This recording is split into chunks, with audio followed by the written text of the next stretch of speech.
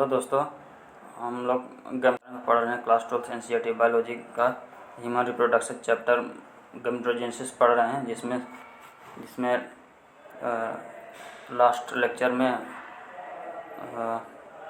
Secondary spermatocyte पर आके video pause हो गया था। उस वीडियो को सेपरेट कर दिए हैं, तो नेक्स्ट वीडियो शूट कर रहे हैं जिसमें सेकेंडरी स्पर्मेटोसाइट के आगे से पढ़ेंगे। चलिए स्टार्ट करते हैं। Diagrammatic sectional view of seminiferous tubules enlarged. इसमें क्या दिखा रहा है, जैसे ये वाल हो गई किसकी, सेमनीफेरस ट्यूब्यूल्स की। ये सेमनीफेरस ट्यूब्यूल्स की वाल हो गई। अब उसके बाद इसमें दो प्रकार के सेल्स बताई थी हमने सेमनीफेरस ट्यूब्यूल्स में, कौन कौन से, Sertoli cells and spermatogonia. Spermatogonia को ही मेल जर्म सेल्स बोलते हैं। अब ये देखिए, ये जो लेयर है ये स्पर्मेटोगोनिया है। क्या है? स्पर्मेटोगोनिया है। ये डिवाइड करेंगे, डिवाइड करने के बाद थोड़ा सा मॉडिफिकेशन इसमें होगा। जैसे डिवाइड करने के बाद पहले सेल का नंबर बढ़ाएं, सेल्स का नंबर बढ़ाने के बाद कुछ सेल्स ऐसी होती हैं जो कि स्लाइटली मॉडिफाई होती हैं, साइज में थोड़ी सी बड़ी हो जाती हैं। जैसे ये देखिए,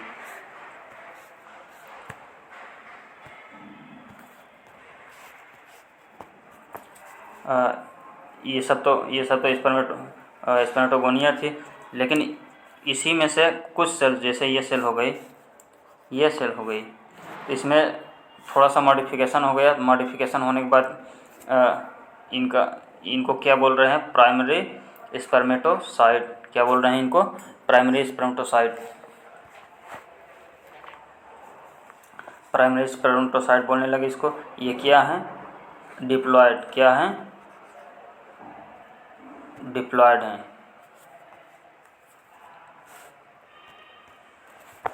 ये क्या है? 2n। अब देखिए, ये 2n है।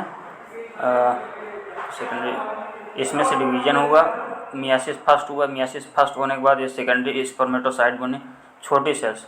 प्राइमरी स्पर्मेटोसाइट ध्यान दीजिएगा, प्राइमरी स्पर्मेटोसाइट्स जो हैं वो साइज में बड़े हैं, लेकिन जैसे प्राइमरी स्पर्मेटोसाइट बड़ी है, जब इसमें से मियासिस फर्स्ट होगा तो थोड़ा इससे छोटी छोटी दो सेल्स बनेंगी ना, क्योंकि यही डिवाइड हो रही है, तो जाहिर सी बात है कि इनके जो दोनों सेल्स बनेंगी वो छोटी छोटी होंगी। इसलिए देखिए, सेकेंडरी स्पर्मेटोसाइट की साइज छोटी छोटी हो गई।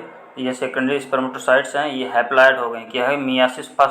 मियासिस फर्स्ट इसमें कंप्लीट हुआ तो ये हैप्लॉयड हो गई, और साइज में भी छोटी छोटी हैं, लेकिन आपस में बराबर हैं।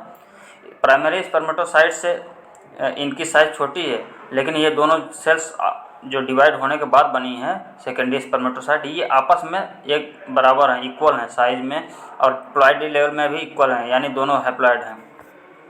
अब ये आपका सेकेंडरी स्पर्मेटोसाइट हो गया। इस सेकेंडरी स्पर्मेटोसाइट से बना क्या हमारा? स्पर्मेटिड्स। ये स्पर्मेटिड बना। स्पर्मेटिड कैसे बना? स्पर्मेटिड कैसे बना? सेकेंडरी स्पर्मेटोसाइट जो है उसमें मियासिस सेकेंड हुआ। मियासिस सेकेंड होने के बाद दोनों सेकेंडरी स्पर्मेटोसाइट दो सेकेंडरी स्पर्मेटिड बनाई। क्या बनाई? स्पर्मेटिड। जैसे ये सेकेंडरी स्पर्मेटोसाइट हुआ तो ये दोनों क्या बना दी? दो स्पर्मेटिड्स। तो एक स्पर्मेटोगोनियम कितनी सेल्स बनाई? 4, और चारों क्या है? हैप्लॉयड। इन चारों सेल्स को कौन सी सेल्स बोल रहे हैं? स्पर्मेटिड। अब स्पर्मेटिड से ही बनेगा क्या? Spermatozoa, bye the process of spermiogenesis. तो आगे देखते हैं लैंग्वेज में क्या लिखा था।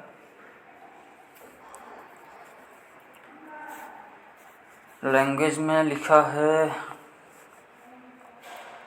विच है, यहाँ तक हम लोग पहुँच गए थे। क्या?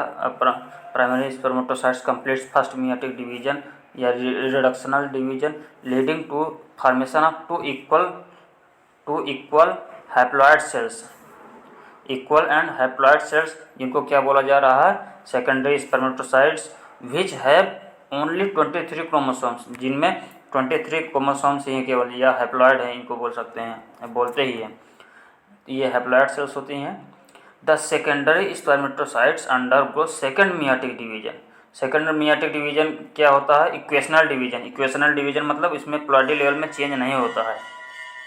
तो secondary spermatocyte undergo second meiotic division to produce 4 equal cells, to produce 4 equal cells. यहाँ पे 4 इक्वल सेल्स बन रही हैं हैप्लॉइड स्पर्मेटोजेन्स। एक देखो, सेकेंड मियाटिक डिवीजन से क्या बना, 4 इक्वल हैप्लॉइड स्पर्मेटोजिट्स बने। अब स्पर्मेटोजिट्स की प्लॉइडी लेवल क्या होगी, हैप्लॉइड होगी, ये तो हम बता ही चुके हैं। तो आगे देखते हैं।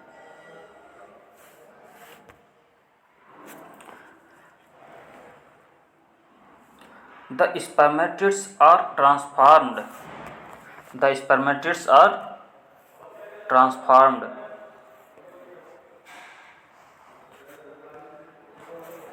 The spermatids are transformed into spermatozoa या sperm. Spermatids से क्या बनेगा, spermatozoa by the process called spermiogenesis. देखिए ध्यान दीजिएगा, स्पर्मेटोजेनेसिस और स्पर्मियोजेनेसिस में डिफरेंस है। स्पर्मेटोजेनेसिस से क्या बनेगा, स्पर्म बनेगा, यानी स्पर्मेटोगोनियम से स्पर्मेटोजेनेसिस जो है वो लॉन्ग प्रोसेस है, लेकिन जो स्पर्मियोजेनेसिस है यहाँ पे सिंगल प्रोसेस है कि फॉर्मेशन ऑफ स्पर्म या spermatozoa from spermatids is called spermiogenesis. Spermiogenesis and spermatogenesis में बहुत कन्फ्यूजन होता है, तो इसको ध्यान रखेंगे ताकि मिस्टेक ना हो। और यहीं पे गलती कराई जाती है, एग्जामिनर यहीं पे फोकस करता है जहाँ पे बच्चे गलती करते हैं। तो हमने क्या देखा, स्पर्मेटिड्स ट्रांसफॉर्म इनटू स्पर्मेटोजोआ या sperm bye the process of called spermiogenesis. After spermiogenesis sperm heads become embedded in the Sertoli cells। जो स्पर्मियोजेनेसिस से जब स्पर्मेटोजोआ बना या स्पर्म बना, वो सर्टोली सेल्स में अपना हेड धंसा देता है। किस में धंसा देता है, सर्टोली सेल्स में अपना हेड धंसा देता है, इम्ब्रेड कर देता है, and are finally released from seminiferous tubules. मतलब सेमनीफेरस सर्टोली सेल्स में अपना हेड धंसाने के बाद जब वहाँ से निकलता है तो रिलीज हो जाता है, रिलीज कर दिया जाता है सेमनीफेरस ट्यूब्यूल से। अब देखिए, ध्यान से देखिए, and are finally release from seminiferous tubules by the process called spermiation. अभी और कंफ्यूजिंग वर्ड आ गए, स्पर्मिएशन क्या है। देखिए, सेमनीफेरस ट्यूब्यूल में सेमनीफेरस ट्यूब्यूल से स्पर्म का बाहर निकलना ही क्या कहलाता है, स्पर्मिएशन। समझ में आया। स्पर्मिएशन क्या है,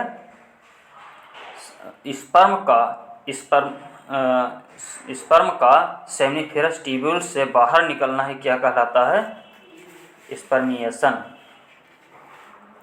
the process of releasing the sperms from seminiferous tubule is called spermiation. और स्पर्मियोजेनेसिस क्या होता है, जेनेसिस मतलब जेनेसिस मीन्स फॉर्मेशन, यहाँ पे फॉर्मेशन है, और ये स्पर्मिएशन ये प्रोसेस है। और फॉर्मेशन किस में हो रहा है, स्पर्मियोजेनेसिस में। किस चीज़ का फॉर्मेशन हो रहा है, स्पर्म का। और कहाँ किससे हो रहा है, स्पर्मेटिड्स का।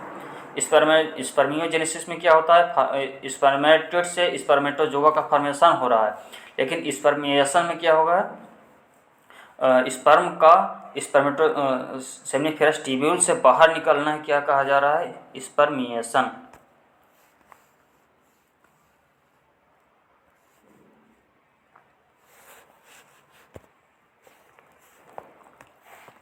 अब आगे देखते हैं।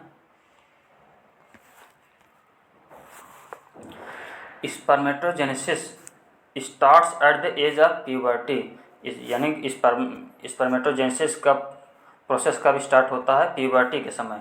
Due to significant increase in secretion of gonadotropin releasing hormone GnRH।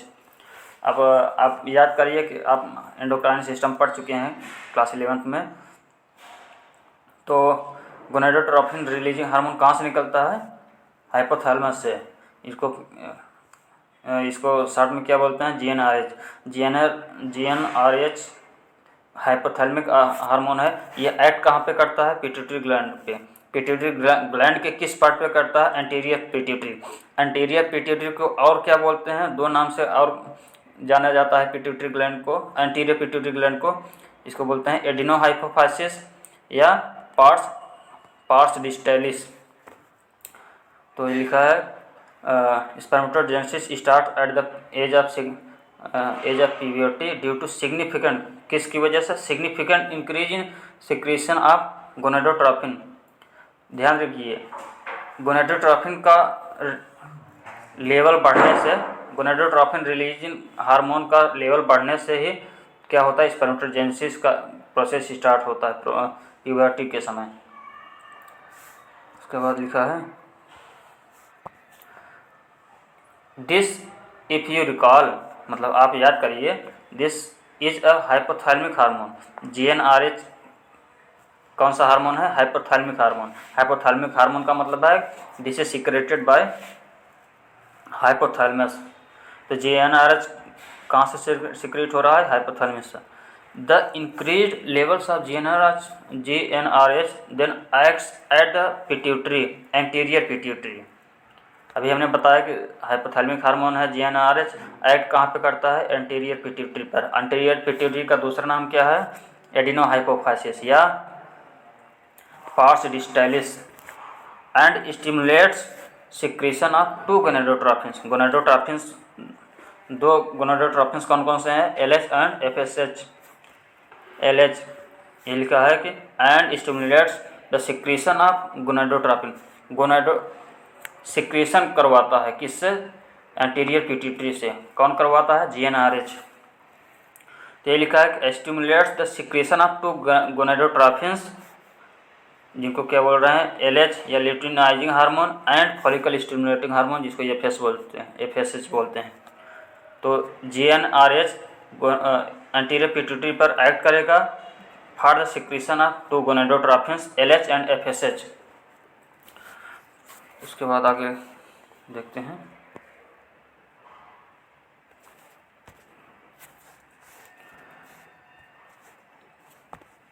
आगे लिखा है LH acts at Leydig sales.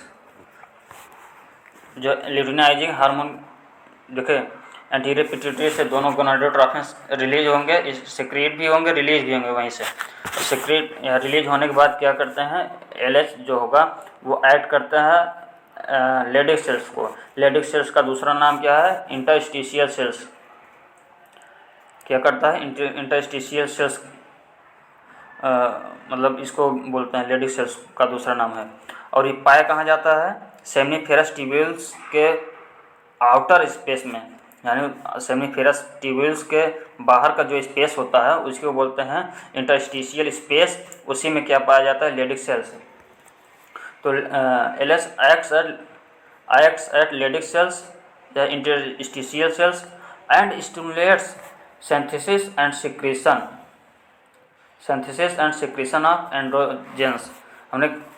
हमने टेस्टिस के बारे में जब पढ़ा था तो उसमें मैंने ये बताया था कि, और NCERT में लिखा भी था कि लेडीज सेल्स जो होती हैं synthesis and secretion of androgens, यानी ये एंड्रोजेंस का सिंथेसिस भी करती हैं और सिक्रेशन भी करती हैं by the action of LH। यानी LH हार्मोन जो है लेडिक सेल्स पर एक्ट करता है, तब लेडिक सेल्स एंड्रोजेंस का सिंथेसिस एंड सिक्रेशन करती हैं। Androgens in turn stimulates the process of spermatogenesis. अब ये देखिए प्रोसेस क्या हुआ? LH एक्ट किया लेडिक सेल्स पे, लेडिक सेल्स स्टिमुलेट मतलब स्टिमुलेट हो गया तो लेडिक सेल्स क्या बनाई और सिक्रेट क्या की एंड्रोजेंस। अब एंड्रोजेंस क्या की इस पर स्टिमुलेट करते हैं। एंड्रोजेंस क्या करते हैं, स्पर्मेटोजेनेसिस प्रोसेस को क्या बोलते हैं, क्या करते हैं, स्टिमुलेट करते हैं। तो androgens in turn stimulate the process of spermatogenesis. FS acts on the Sertoli cells. देखो LH तो कर दिया, देखिए कई कौन सा हार्मोन किस पे एक्ट कर रहा है इससे ध्यान रखेंगे। L फॉर LH और L फॉर लेडिक सेल्स, है ना। तो ऐसे L मिला के याद रखेंगे कि मतलब कौन सा हार्मोन किस पे एक्ट कर रहा है। तो लेडिक सेल्स पर कौन एक्ट करेगा, ल्यूटिनाइजिंग हार्मोन या LH। और FS act on Sertoli cells. Sertoli cells पे कौन सा हार्मोन एक्ट करेगा, FSH follicular stimulating hormone and stimulates some factors which are required for the spermiogenesis process। क्या करता है, स्पर्मियोजेनेसिस प्रोसेस में जो फैक्टर्स इसेंशियल है, ज़रूरी हैं, उनको स्टिमुलेट करता है सर्टोली सेल्स को। जैसे सर्टोली सेल्स तुम वो फैक्टर्स को रिलीज करो, ऐसे फैक्टर्स को रिलीज करो जो कि स्पर्मियोजेनेसिस में ज़रूरी हैं।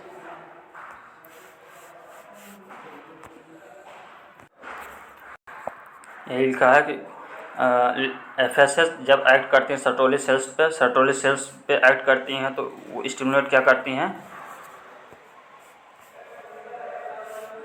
सर्टोली सेल्स पे एक्ट कर stimulate the secretion of some factors which helps in the process of spermiogenesis. Sertoli cells पे जब FSH एक्ट करेगा तो सर्टोली सेल्स कुछ फैक्टर्स रिलीज करती हैं जो कि हेल्प करता है स्पर्मियोजेनेसिस के प्रोसेस में। समझ में आया। तो स्पर्मेटोजेनेसिस में दोनों हार्मोन काम कर रहे हैं। स्पर्मेटोजेनेसिस में दोनों हार्मोन कर रहे हैं, दोनों हार्मोन मतलब LH एंड FSH। LH काम कर रहा है लेडिक सेल्स पे, FSH काम कर रहा है सर्टोली सेल्स पे,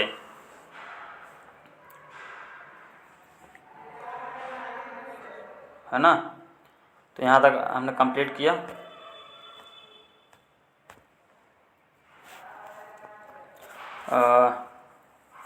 एक बात यहाँ पे ध्यान रखना है क्या कि एक्ट कौन हार्मोन किस पे एक्ट करता है, इस पर बहुत कन्फ्यूजन होता है, तो ध्यान रखेंगे।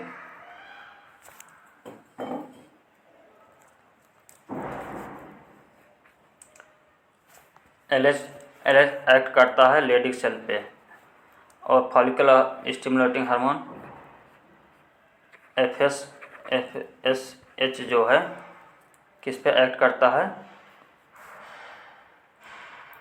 सर्टोली सेल्स पे एक्ट करता है। ऐसे याद रखिए, F मतलब FSH हो गया, लेकिन उसके बाद S जो है उसका सर्टोली हो गया, है ना। ऐसे याद करेंगे। L मतलब लेडिक सेल्स और ल्यूटिनाइजिंग हार्मोन हो गया। FSH में F means FSH, S means Sertoli cells. ऐसे याद रखेंगे तो याद रहेगा, आपको कन्फ्यूजन नहीं होगा। हाँ,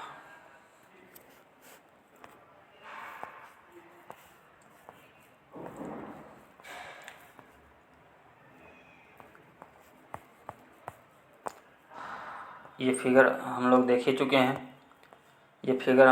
चुके हैं कि लेबलिंग के लिए आ जाएगा तो क्या कैसे समझेंगे।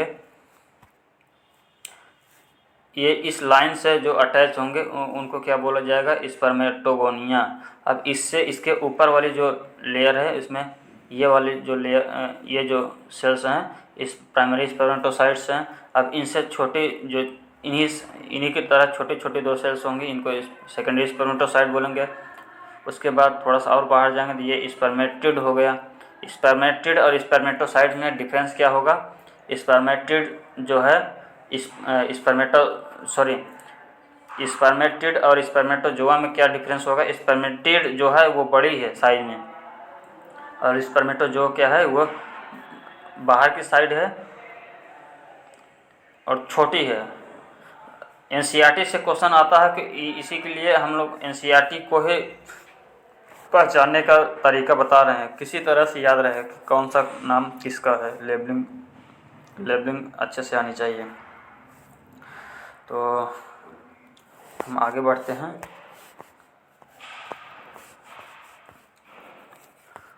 अब हम पढ़ेंगे स्पर्म के बारे में।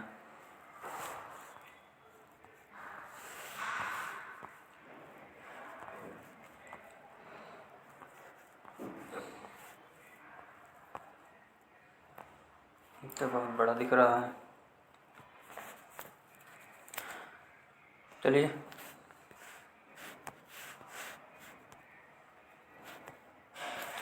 हाँ, तो ये है आपका स्पर्म।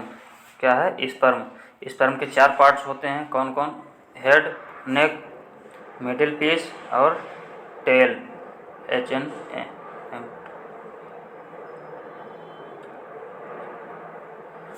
हेड, नेक, मिडिल पीस और टेल। पार्ट्स की संख्या याद रखेंगे तो ज़्यादा सही, मतलब आपको समझने में ज़्यादा आसानी होगी। कितने पार्ट्स होते हैं, कभी कभार ऐसे ही पूछ लेता है कि स्पर्म के कितने पार्ट्स होते हैं, नंबर ही पूछ लेता है। तो डिवाइड किया जाता है किसमें, कितने नंबर्स में? 4। हेड, नेक, मिडिल पीस, टेल। अब प्लाज्मा मेम्ब्रेन हो गया, सबसे ऊपर वाली जो लेयर दिख रही है इसमें प्लाज्मा मेम्ब्रेन दिखाया गया है। अब ये जो है ये पार्ट होएगा एक्रोसोम है। एक्रोसोम गाल्डी। एक्रोसोम में क्या होता है? एंजाइम्स होते हैं। फर्टिलाइजेशन के समय ओवम के ऊपर जो लेयर्स होती हैं कई सारी, उनको डिजॉल्व करने के लिए एक्रोसोम में बहुत सारे एंजाइम्स होते हैं। जैसे हाइलोरुनोडेज जो एंजाइम होता है वो भी इसमें पाया जाता है, और बहुत सारे एंजाइम पाए जाते हैं। और एक्रोसोम कई बार पूछा था, एक्रोसोम किससे बना होता है? गोल्गी बॉडी से, है ना। एक्रोसोम हो गया। एक पाया कहाँ जा रहा है? Anterior portion, anterior side of head. ये हेड हो गया, ये आपका हेड है। तो एंटीरियर साइड के हेड के एंटीरियर साइड में क्या पाया जा रहा है? एक्रोसोम। अब देखिए, और ये जो न्यूक्लियस ये हेड है। हेड में न्यूक्लियस कंटेनिंग क्रोमोसोमल मटेरियल, यानी हेड में क्या है? न्यूक्लियस का शेप क्या है? ओवल या इलांगेटेड। ये इसका न्यूक्लियस का है, हेड इलांगेटेड न्यूक्लियस है। हेड में पाया जा रहा है, इलांगेटेड है। उसके बाद नेक है, ये नेक हो गई। नेक के बाद क्या रहा है? मिडिल पीस में कौन क्या पाया जा रहा है? Mitochondria, energy source for swimming. तो कई सारे माइटोकॉन्ड्रिया इसमें पाए जा रहे हैं मिडिल पीस में। और देखिए, ये जो पूरा जो स्पर्म है टोटली कवर्ड होता है प्लाज्मा मेम्ब्रेन से। इसके ऊपर चारों तरफ से प्लाज्मा मेम्ब्रेन की कवरिंग होती है। तो हमने फिगर देखा, अब हम देखेंगे कि लैंग्वेज में क्या लिखा है।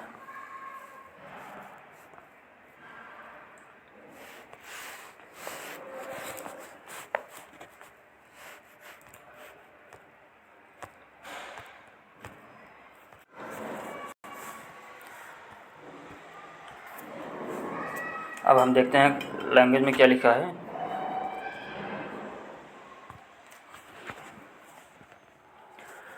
Let us examine the structure of sperm.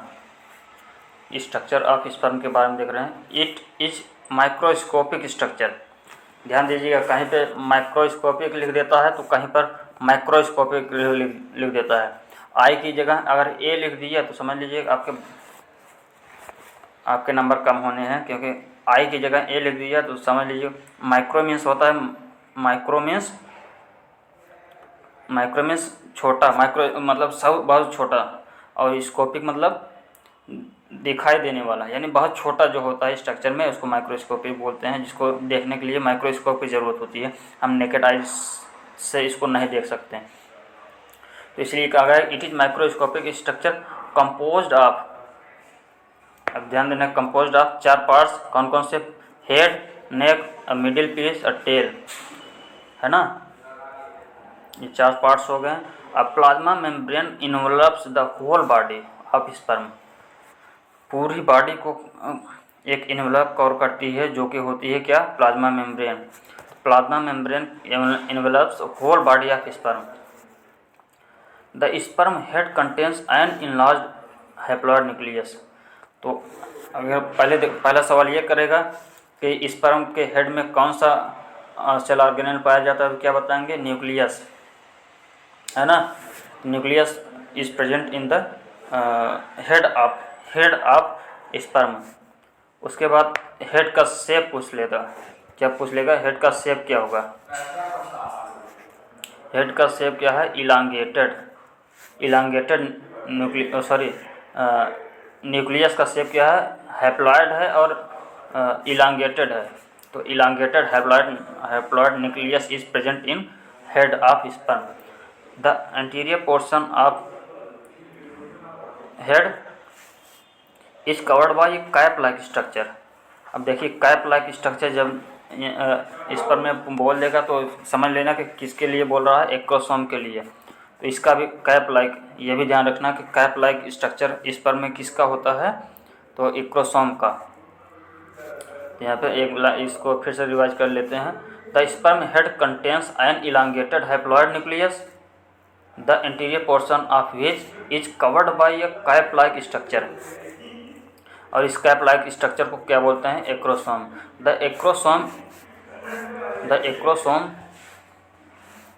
Acrosome is filled with enzyme.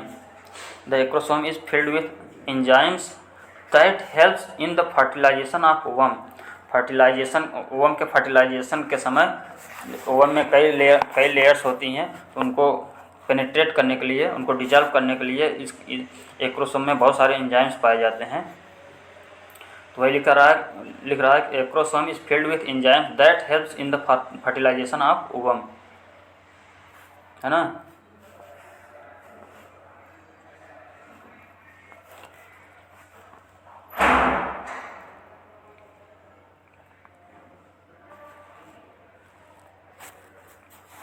अब क्या लिख रहा है? The middle piece possess numerous mitochondria. Numerous ध्यान रखना है कि कहीं नंबर दे दिया कि 2 माइटोकॉन्ड्रिया पाए जाते हैं, 4 माइटोकॉन्ड्रिया पाए जाते हैं, और न्यूमरस कहीं पे लिख दिया, मतलब किसी ऑप्शन में न्यूमरस लिख दिया, तो कितने माइटोकॉन्ड्रिया होते हैं? न्यूमरस माइटोकॉन्ड्रिया, है ना। तो middle piece possess numerous mitochondria which produce energy produce करते हैं माइटोकॉन्ड्रिया। तो आप जानते हैं कि which produce energy for the movement of tail के मूवमेंट के लिए एनर्जी प्रोड्यूस करते हैं माइटोकॉन्ड्रिया, जो है ना। तो ये energy facilitated in sperm motility essential for fertilization. क्या कह रहा है? जो मिडिल पीस है उसमें न्यूमरस माइटोकॉन्ड्रिया पाए जाते हैं जो कि एनर्जी प्रोड्यूस करते हैं for the movement of tail के मूवमेंट के लिए एनर्जी प्रोड्यूस करते हैं, और ये एनर्जी क्या करती है? फैसिलिटेट स्पर्म मोटिलिटी, स्पर्म की मोटिलिटी को फैसिलिटेट करती है ये एनर्जी। और ये मोटिलिटी क्या है? Motility essential for the fertilization, यानी जो स्पर्म मोटाइल ही नहीं होगा तो फर्टिलाइजेशन करने में सक्षम नहीं होगा, इसीलिए इसमें माइटोकॉन्ड्रिया पाया जाता है। माइटोकॉन्ड्रिया एनर्जी प्रोड्यूस करता है, एनर्जी की वजह से स्पर्म मोटिलिटी फास्ट होती है, और स्पर्म मोटिलिटी फास्ट होने की वजह से फर्टिलाइजेशन के चांसेस बढ़ जाते हैं। तो वही लिखा है कि sperm motility is essential for the fertilization. अब स्पर्म मोटिलिटी को इन्हांस करने के लिए, फैसिलिटेट करने के लिए इसमें एनर्जी प्रोड्यूस होती है, और एनर्जी प्रोड्यूस करने के लिए माइटोकॉन्ड्रिया होता है, और माइटोकॉन्ड्रिया की संख्या ज़्यादा होती है। और माइटोकॉन्ड्रिया पाया किस पार्ट में पाया जाता है? मिडिल पीस में। ये सारे क्वेश्चन है, ध्यान रखना है। उसके बाद आगे लिखा है the human male ejaculates about 200 to 300 million sperms. क्या लिखा है? 200 to 300 million sperms during a coitus. एक क्वाइटस में 200 से 300 मिलियन स्पर्म्स इजैकुलेट करता है। Of which for normal fertility, of which मतलब 200 से 300 मिलियन स्पर्म में से नॉर्मल फर्टिलिटी के लिए at least 60% sperm must have normal shape and size. यानी 200 से 300 मिलियन स्पर्म जो हैं उनमें से 60%, कम से कम 60%, at least 60% sperms must have normal shape and size. कहने का मतलब ये है कि जो टोटल स्पर्म्स हैं 200 से 300 मिलियन स्पर्म जो हैं उनका 60% जो है उनमें से 60% स्पर्म्स ऐसे होने चाहिए कि उनमें से 60% स्पर्म ऐसे होने चाहिए कि जिनका शेप और साइज दोनों नॉर्मल हो, यानी उसमें कोई एबनॉर्मलिटी नहीं होनी चाहिए। और उसमें से जैसे मान लीजिए ये 200 मिलियन स्पर्म है एक क्वाइटस में, तो इसका 60% कितना हो जाएगा? 120 मिलियन स्पर्म हो जाएंगे।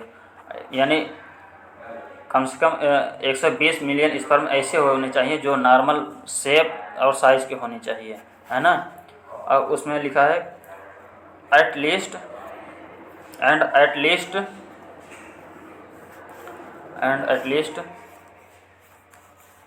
40% ऑफ देम, यानी 40% of them must show vigorous motility. थोड़ा सा यहाँ पे ध्यान देना है, मैं थोड़ा सा एक्सप्लेन करके बता रहा हूँ। देखिए, मान लीजिए एक इजैकुलेशन में 200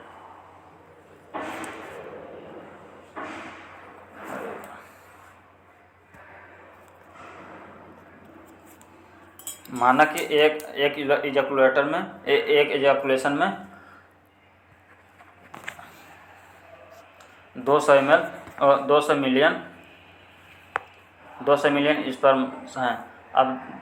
अब इनका 60% जो होगा वो नॉर्मल शेप और साइज़ का होना चाहिए, यानी 60% मतलब 120 मिलियन स्पर्म्स ऐसे होने चाहिए जिनके साइज और शेप नॉर्मल हो। अब इसका 40% यानी 120 मिलियन का 40% कितना होगा?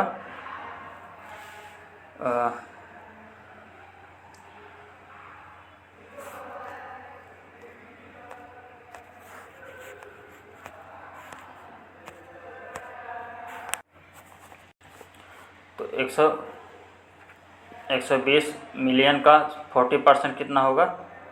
48 मिलियन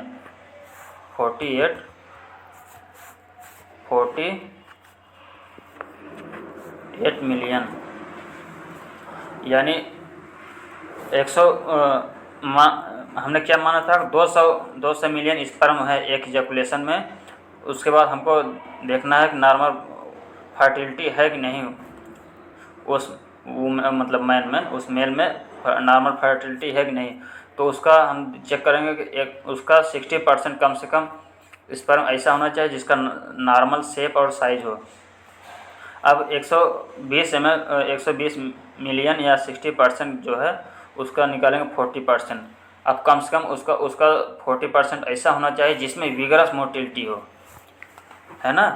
तो 120 मिलियन में 48 मिलियन या 48 मिलियन स्पर्म्स ऐसे होने चाहिए जिसमें विगरस मोटिलिटी हो, तभी वो मेल फर्टिलाइजेशन के लिए कैपेबल होगा, है ना। तो समझ में आ गया। अब हम लोग क्या समझ लेते हैं कि 200 से 300 मिलियन में से 40% स्पर्म में विगरस मोटिलिटी होनी चाहिए, जबकि ऐसा नहीं है। जो 200 से 300 मिलियन स्पर्म है उसका 60% जो स्पर्म होगा उसमें नॉर्मल शेप और साइज होना चाहिए। अब इस 60% का 40%, इस 60% का 40% स्पर्म ऐसा होना चाहिए जिसमें विगरस मोटिलिटी हो, तभी फर्टिलाइजेशन के लिए कैपेबल होगा।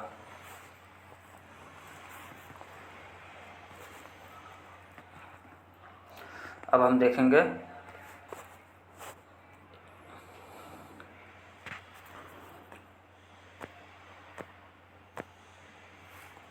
देखते हैं स्पर्म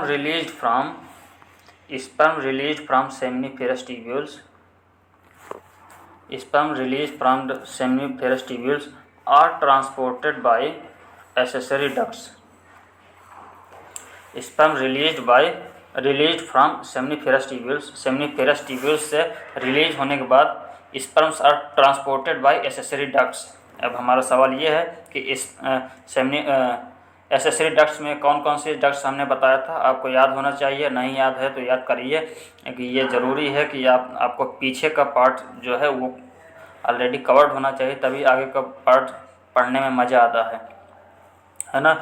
तो क्या कर रहा है, स्पर्म सेमिनिफेरस ट्यूब्यूल से निकलने के बाद ट्रांसपोर्ट किए जाते हैं किसके द्वारा, इस एसेसरी डक्ट्स के द्वारा। एसेसरी डक्ट्स में कौन कौन सी डक्ट्स आती हैं, याद करिए।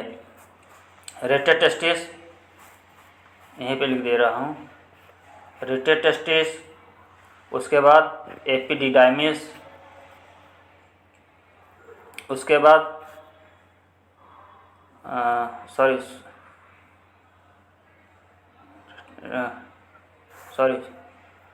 रेटेड टेस्टिस के बाद आता है, रेटेड टेस्टिस पहले आएगा, उसके बाद वासा इफ्रेंसिया आएगा, है ना, वासा इफ्रेंसिया, उसके बाद एपिडिडाइमिस, उसके बाद वास डिफरेंस आएगा, है ना।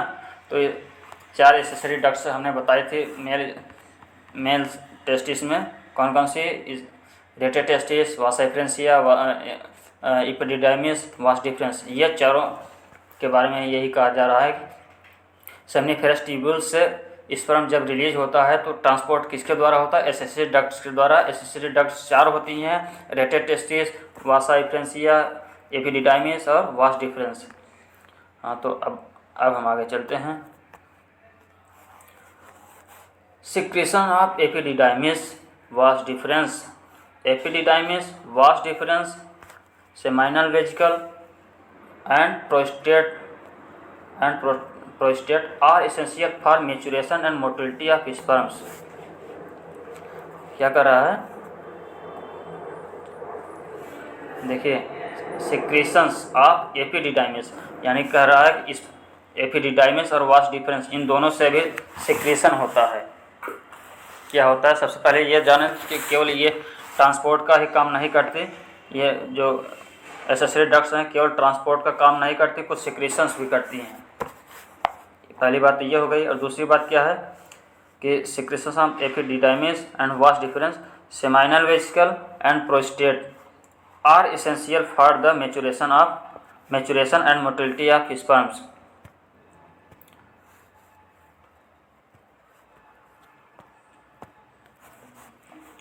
तो इसमें देखिए कौन कौन से सिक्रेशंस स्पर्म की मैच्योरेशन और मोटिलिटी के लिए इसेंशियल हैं।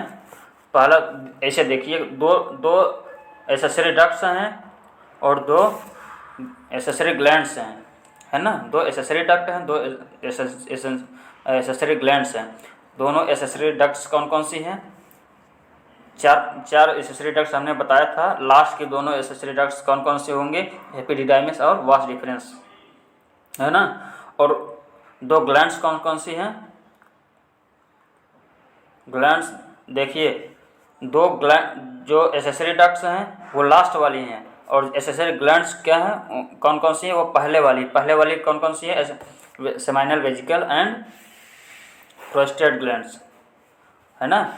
तो 2 जो स्पर्म के मैच्योरेशन और मोटिलिटी के लिए चार पार्ट्स हैं, 2 एसेसरी डक्ट्स और 2 ग्लैंड्स। एसेसरी डक्ट्स में एसेसरी डक्ट्स के दो लास्ट वाली दो पार्ट्स, दो डक्ट्स कौन कौन सी, एपिडिडाइमिस और वास डिफरेंस, और दो ग्लैंड्स कौन कौन सी है, सेमाइनल वेसिकल और प्रोस्टेट ग्लैंड्स। समझ में आया। इन चारों के सिक्रीशंस जो हैं स्पर्म्स के मेचुरेशन और मोटिलिटी के लिए इसेंशियल हैं। यहाँ तक क्लियर है। The essential plasma the seminal plasma along with sperms, the seminal plasma along with sperm constitute the semen। हमने कल जब हम टेस्टिस के बारे में पढ़ रहे थे वहाँ पे मैंने बताया था कि सीमेन बनाने में तीन ग्लैंड्स थी। कौन कौन से सेमाइनल वेजिकल थी, प्रोस्टेट ग्लैंड थी, और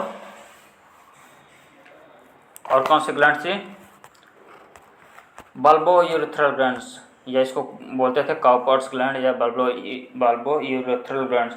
इन तीनों के सिक्रेशंस क्या बनाते हैं, सेमाइनल प्लाज्मा। अब सेमाइनल प्लाज्मा और स्पर्म, सेमाइनल प्लाज्मा में जब स्पर्म मिल जाता है तब क्या बनाते हैं ये, सीमेन। समझ में आया। Seminal plasma is formed by the secretions of three glands कौन कौन सी हैं, seminal vesicle, prostate glands, bulbo urethral glands. अब ये तीनों ग्लैंड्स के सिक्रेशन में जब स्पर्म भी मिल जाता है तब ये मिक्सचर क्या हो जाएगा, इस मिक्सचर को क्या बोलेंगे तब, सीमेन। यही कहा जा रहा है सेमाइनल प्लाज्मा जो है, seminal plasma along with sperms constitute the semen. समझ में आया। उसके बाद the function of male sex accessory ducts and glands are maintained by the testicular hormones. अब देखिए टेस्टिकुलर हार्मोन्स को क्या बोल रहे हैं, एंड्रोजेंस। तो क्या लिखा है, function of male sex accessory ducts and glands, यानी एसेसरी डक्ट्स और ग्लैंड्स का फंक्शन किसके द्वारा रेगुलेट या मेंटेन किया जाता है, टेस्टिकुलर हार्मोन्स। टेस्टिस के हार्मोन जो होते हैं या एंड्रोजेंस जो होते हैं वो एसेसरी डक्ट्स और ग्लैंड्स के काम को मेंटेन करते हैं, रेगुलेट करते हैं, है ना। तो यहाँ तक हमने पढ़ा स्पर्मेटोजेनेसिस के बारे में। आज हम स्पर्मेटोजेनेसिस के बारे में हम लोग ख़त्म कर चुके हैं। अब अगले लेक्चर में पढ़ेंगे क्या, oogenesis, क्या देखेंगे, oogenesis। आज के लिए इतना ही।